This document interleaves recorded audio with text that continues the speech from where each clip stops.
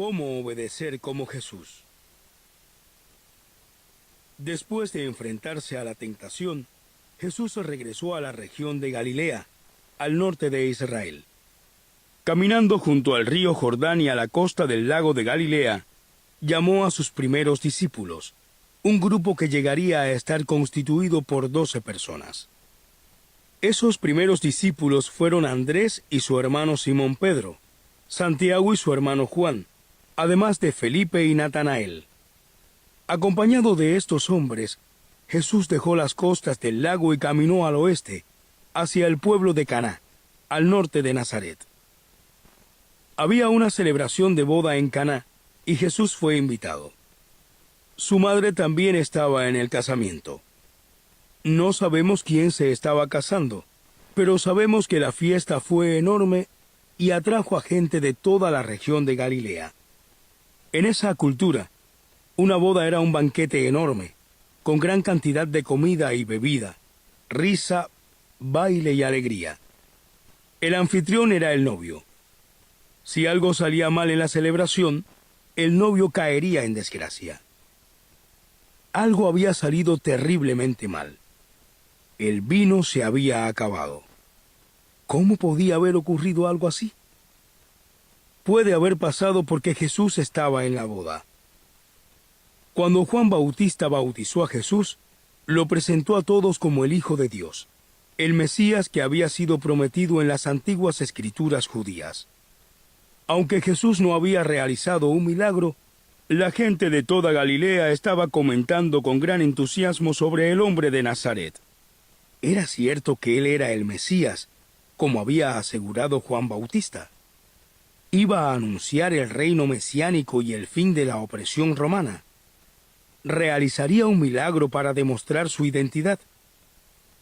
Es probable que esta curiosidad haya hecho que la cantidad de asistentes a la boda se haya duplicado o triplicado. El novio pensó que tenía más que suficiente vino y comida para todos sus asistentes, pero el vino se acabó. Jesús toma el agua, una sustancia inerte, inorgánica y muy común, y sin una palabra, sin un gesto, sin usar sus manos, con total simplicidad, hace que el agua se convierta en vino, un producto orgánico, que requiere fermentación, que pertenece a la esfera de lo viviente. De esta manera, demostró su maravillosa habilidad de controlar los procesos de la naturaleza. Ray C. Stedman, pastor y escritor. Agua de renovación, vino de vida. Cuando María, la madre de Jesús, oyó que se había acabado el vino, se preocupó de que el novio cayera en desgracia. Así que se acercó a Jesús, lo llevó a un lado y le dijo: «Hijo, no hay más vino». Él le respondió: «Mujer, ¿por qué me dices esto? Mi tiempo no ha llegado aún». Hay que fijarse en esta oración. Durante toda la historia de Jesús, Él dice una y otra vez: «Mi tiempo no ha llegado aún». ¿Su tiempo de qué? En el último capítulo, descubriremos exactamente qué quería decir y por qué era tan importante. En forma gentil y con palabras respetuosas, Jesús trató de evitar involucrarse en el problema de la falta de vino. Educada y cariñosamente, trató de rechazar la petición de su madre. Pero María no aceptó. ¿Qué esperaba que Jesús hiciera con respecto al vino? ¿Esperaba que realizara un milagro? La Biblia no lo explica, pero era claro que esperaba que su hijo resolviera el problema. Volviéndose hacia los sirvientes del novio, apuntó hacia su hijo y les ordenó: «Hagan lo que él les diga». No muy lejos, había 6 jarros. Debían ser usados para el tradicional lavado de las manos antes y después de la comida. Eran jarros enormes, cada uno de los cuales podía contener más de 100 litros.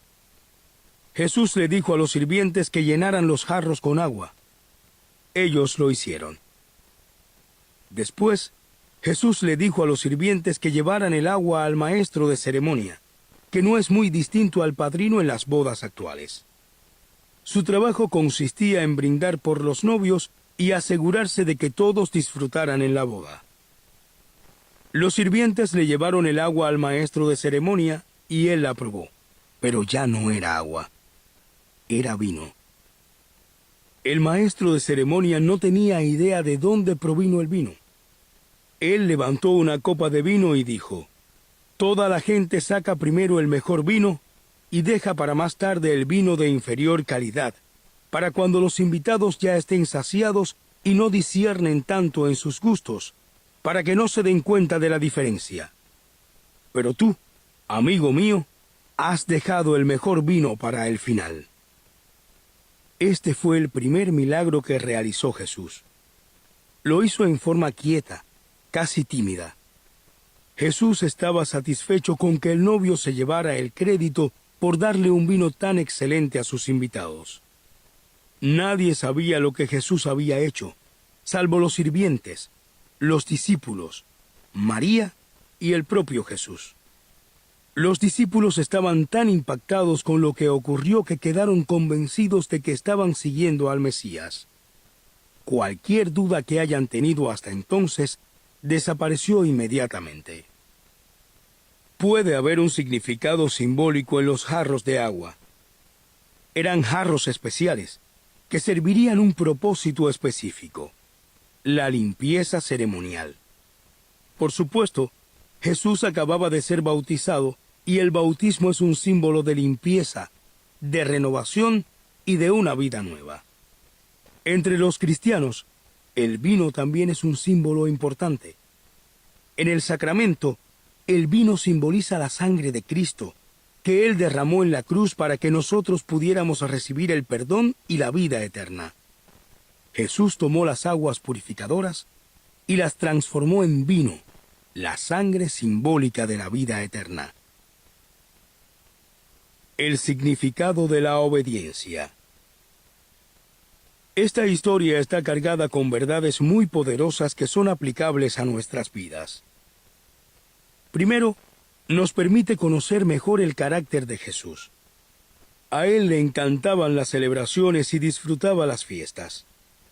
Lo estaba pasando bien en la boda en Caná, cuando su madre le pidió que hiciera algo. Hay varios indicios adicionales en la historia de Jesús que muestran su lado jovial, alegre y exuberante. Segundo, podemos ver que Jesús es obediente y respetuoso de su madre. Obviamente, Jesús era un hombre de 30 años que no estaba obligado a obedecer a su madre. Pero él obedecía más que nada a la ley de Dios y él sabía que el quinto mandamiento es: honrarás a tu padre y a tu madre. María creó una situación que restringía las opciones de Jesús. Ella le dijo: «Hijo, no hay más vino». Cuando Jesús trató de mantenerse al margen de la situación, con toda delicadeza, María le dijo a los sirvientes: «Hagan lo que Él les diga». En ese momento, Jesús quedó restringido por su propia madre. Se enfrentaba a un dilema: o rechazaba la petición de su madre y, por lo tanto, la avergonzaba en frente de los sirvientes, los discípulos y cualquier otra persona que estuviera observando, u obedecía el quinto mandamiento y encontraba una forma de honrar a su madre.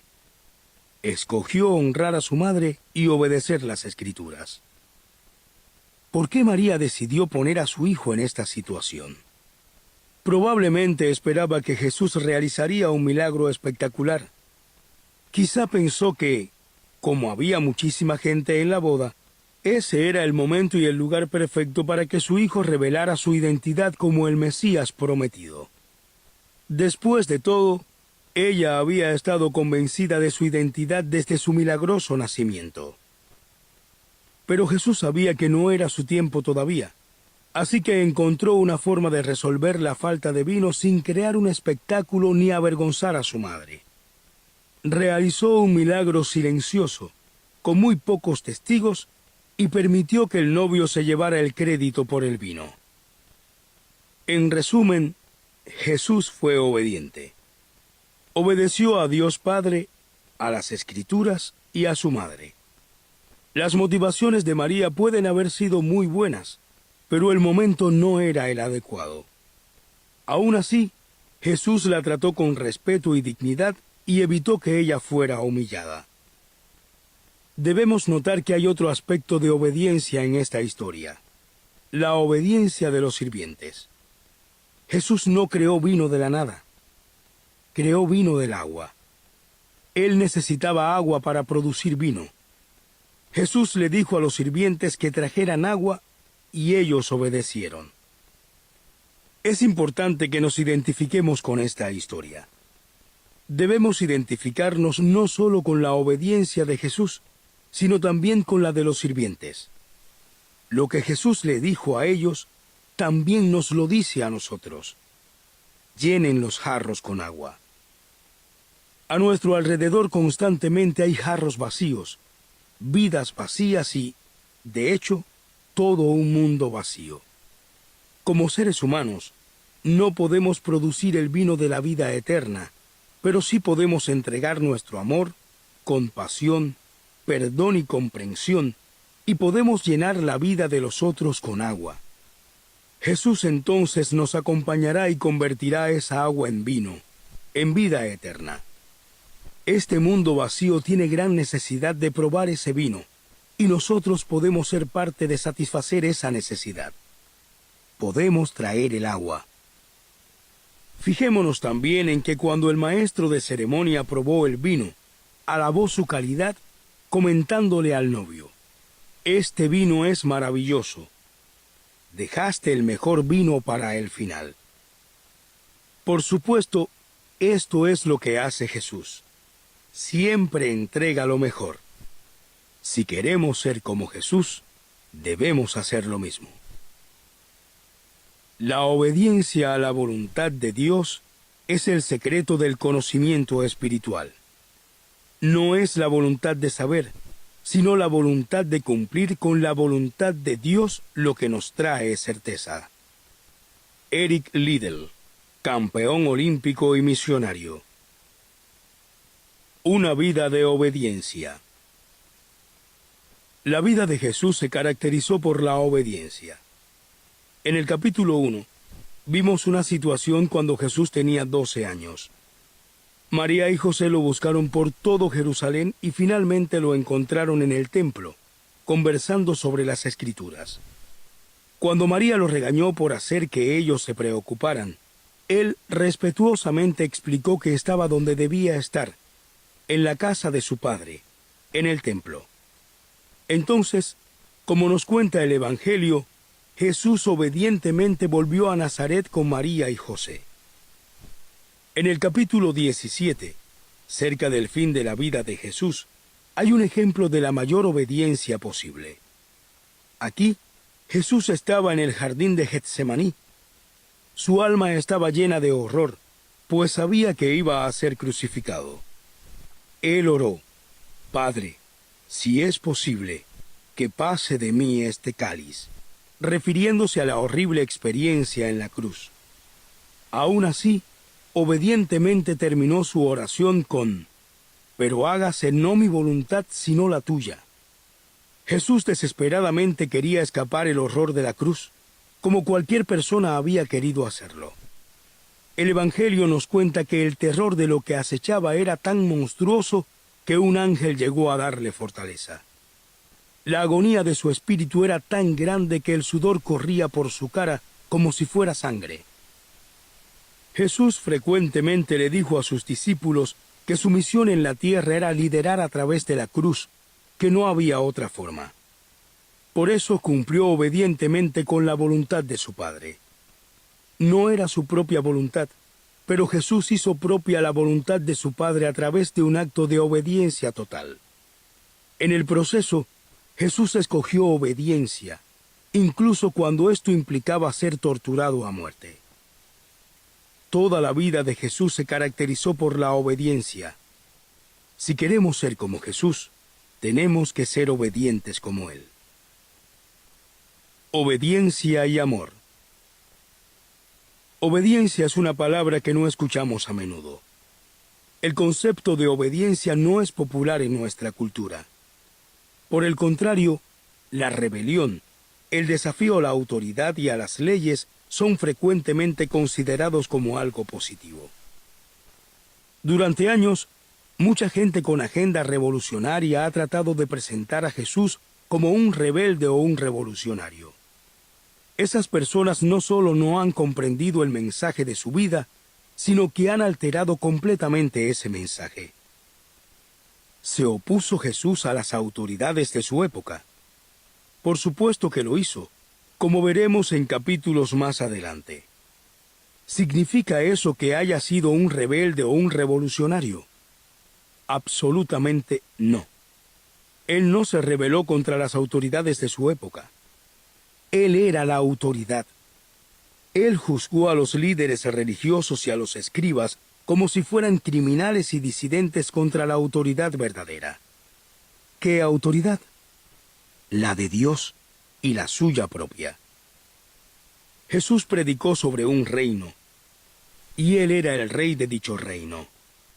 Cuando Él nació, los reyes magos viajaron del este en su busca y preguntaban, ¿dónde está ese que ha nacido rey de los judíos? En sus enseñanzas, Jesús explicó en muchas ocasiones cómo era su reino. En sus parábolas, las historias que contaba para explicar sus enseñanzas, muchas veces habló de reyes y reinos, y el rey en esa historia normalmente era el propio Jesús. Como le dijo al gobernador romano Poncio Pilato, mi reino no es de este mundo. Por eso, quienes pretenden presentar a Jesús como un revolucionario están equivocados. Están tratando de reinventar a Jesús en la forma que más les conviene. Pero Jesús no puede ser distorsionado para que quepa en el molde de alguien. Él ya se autodefinió. Nuestra labor no es hacer que Jesús se ajuste a nuestra imagen, sino ajustarnos a la de Él. Jesús nos dijo cómo es Él. No es un rebelde, sino un rey que ha adoptado el rol de sirviente obediente.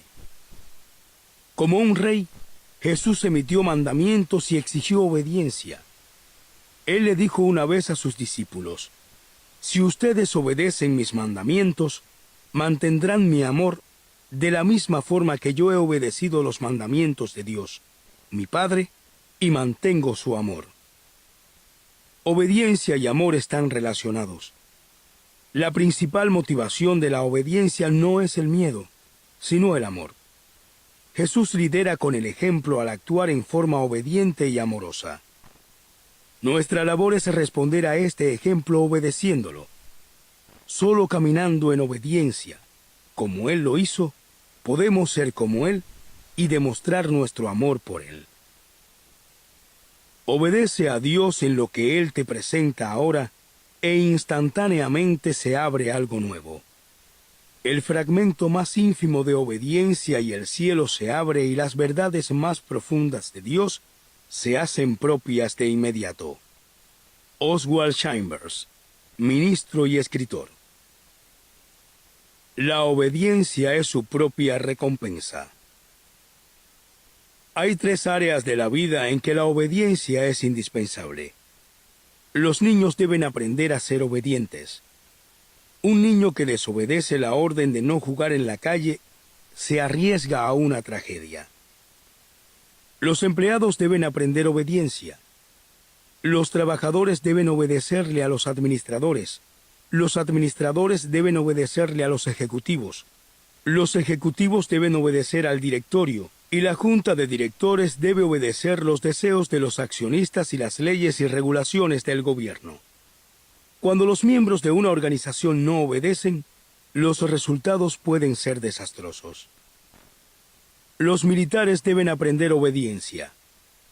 La habilidad de obedecer es tan importante en un general como en un soldado raso. Como dijo Benjamin Franklin, el que no puede obedecer, no puede mandar. La desobediencia, ya sea producto de negligencia o de un motín, puede arruinar una campaña militar e incluso un país. ¿En qué consiste la obediencia? Estos son los componentes de la obediencia verdadera como los observamos en la vida de Jesús. 1. Oración. Por medio de la oración, Jesús se mantuvo en permanente contacto con Dios. A través de esta conexión con Dios, Jesús pudo discernir la voluntad de Dios en su vida.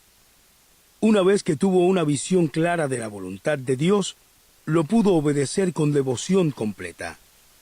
Si Jesús necesitó orar tanto en su vida, ¿acaso nosotros necesitaremos menos? 2. Confianza en la fuerza de Dios.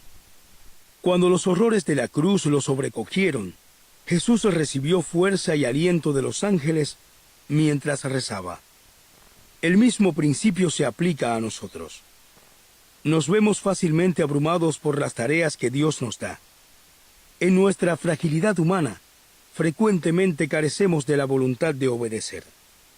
Pero incluso si no tenemos la fortaleza de obedecer a Dios, entonces podemos confiar en Él por medio de la oración y Él nos entregará su fuerza. 3. Completa entrega. Jesús no escondió nada de Dios el Padre. Cuando Dios demandó que Él fuera crucificado, Jesús se entregó completamente. Hágase no mi voluntad, sino la tuya. Esa debe ser nuestra respuesta también. No podemos obedecer a Dios hasta que nos hayamos entregado total y completamente a su voluntad. 4. Continua entrega. La obediencia no fue solo una elección monumental para Jesús. Fue su estilo de vida. Habitualmente entregó sus pensamientos, sus palabras y sus acciones a Dios Padre. Como Jesús, debemos entregar nuestras vidas a Dios constantemente. 5. Esperanza de una bendición futura. Dios siempre recompensa a quienes obedecen. Jesús sabía eso y miró más allá de la cruz, en busca de la recompensa y la bendición que recibiría después. Para nosotros la obediencia también puede no ser placentera. A veces puede ser dolorosa y costosa, pero la lección de la vida de Jesús es que Dios siempre recompensa la obediencia con bendiciones. Al final, la obediencia es su propia recompensa. Una vida de obediencia es una vida de bendiciones. Ya el solo hecho de seguir a Jesús, de saber que estamos viviendo la vida que Dios diseñó para nosotros, es una bendición. Cuando vivimos en obediencia a Dios, no solo traemos bendición a nuestras vidas, sino que repartimos esa bendición a nuestro alrededor, a nuestra familia, amigos, colegas, vecinos y otros. Jesús caminó por un sendero angosto y difícil. Caminó por un sendero de obediencia. Nosotros debemos escoger entre muchos caminos. Están los caminos difíciles, de obediencia, y los fáciles, de rebeldía. Jesús estableció el modelo para nuestras vidas cuando le dijo a Dios: hágase no mi voluntad, sino la tuya. Él siguió el camino difícil hasta la cruz. ¿Qué camino seguiremos nosotros? Un filósofo anónimo una vez observó que el mundo es un lugar mejor por la obediencia de unos pocos. El mundo es un lugar mejor porque Miguel Ángel no dijo: yo no pinto techos. El mundo es un lugar mejor porque Noé no dijo: yo no construyo arcas. El mundo es un mejor lugar porque Jesús no dijo: yo no soy crucificado. Si queremos ser como Jesús, entonces obedezcamos como Jesús.